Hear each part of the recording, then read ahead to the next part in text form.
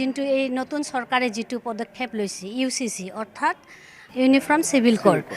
এটোত আমি সমৰ্থন কৰিছো কাৰণ বাল্য বিবাহ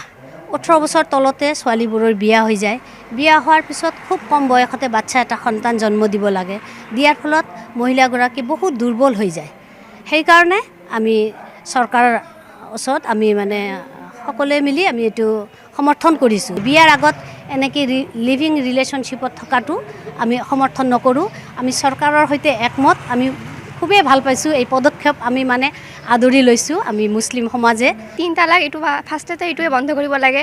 মানে ছোৱালী মানুহৰ যেটো বিয়া আছে বাল্য বিবাহ এটোও বন্ধ কৰিব লাগে কাৰণ আমি ছোৱালী মানুহ আমাক পঢ়া শুনাৰ ক্ষেত্ৰত যিখিনি মানে যিমান ভাবে আগবাঢ়িম সেইখিনি আমাৰ মানে ভাল হ'ব আমাৰ ভৱিষ্যতৰ কাৰণে কাৰণ আমাক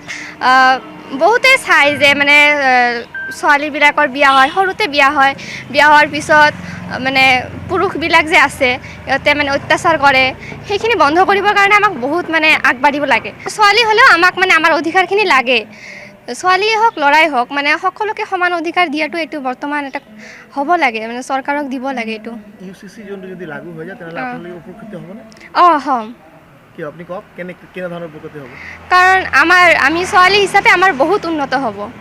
মানে আমাৰ ভাল হ'ব আৰু কথাটো হৈছে যে বাল্য বিবাহ বন্ধ কৰিবই লাগে কাৰণ ছোৱালী মানুহৰ সৰুতে বিয়া দিয়াটো এইটো উচিত নহয় কাৰণ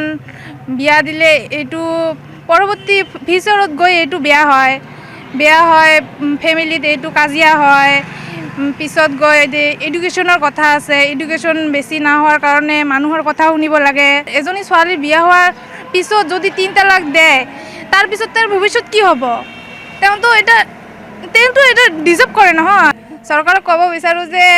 ছোৱালী মানুহক আৰু উন্নতি কৰিব লাগে যি ব্যৱস্থা কৰিব পাৰে ছোৱালী মানুহক উন্নত হ'ব লাগে ওমেন বিলাকে এটা ষ্ট্ৰং পাৱাৰ পাব এটা মানে লফুলি লিগালি তেখেতে আৰু ষ্ট্ৰংলি ষ্টেপটো ল'ব পাৰিব কোৰ্টত গৈ পেলাই কিনে ভাল হ'ব অবভিয়াছলি ভাল হ'ব আনিবলৈ অলপ টান হ'ব